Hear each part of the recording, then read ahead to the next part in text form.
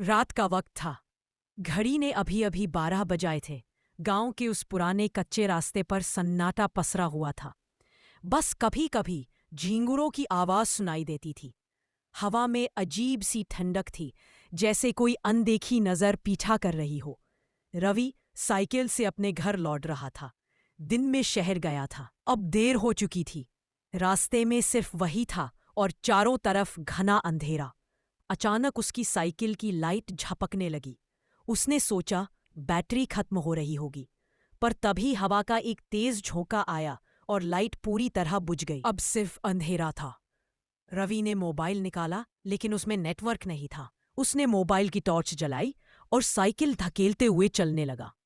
कुछ कदम आगे बढ़ा ही था कि रास्ते के किनारे उसे एक औरत खड़ी दिखी, सफेद साड़ी में, बाल खुले हुए।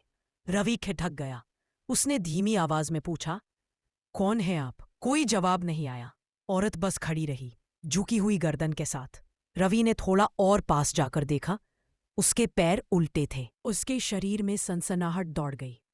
वह भागने लगा, लेकिन साइकिल का पहिया कीचड़ में फंस गया। उसने पीछे मुड़कर देखा।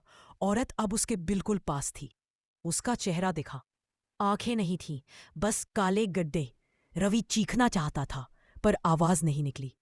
औरत के होंठ हिले और उसने बहुत धीमी फुसफुसाहट में कहा, मुझे घर छोड़ दो। वह बेहोश हो गया। जब अगली सुबह आंख खुली, वह उसी रास्ते पर पड़ा था, लेकिन साइकिल कहीं नहीं थी। गांव वालों ने उसे उठाया और घर पहुंचाया। रवि ने उन्हें सारी बात बताई, पर किसी ने विश्वास नहीं किया।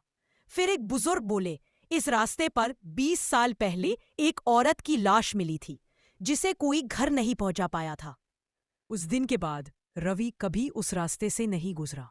लेकिन कभी कभी रात में जब हवा चलती है, तो गांव वाले अब भी उस सफेद साड़ी वाली औरत को सड़क किनारे खड़े देखते हैं, किसी का इंतजार करते हुए।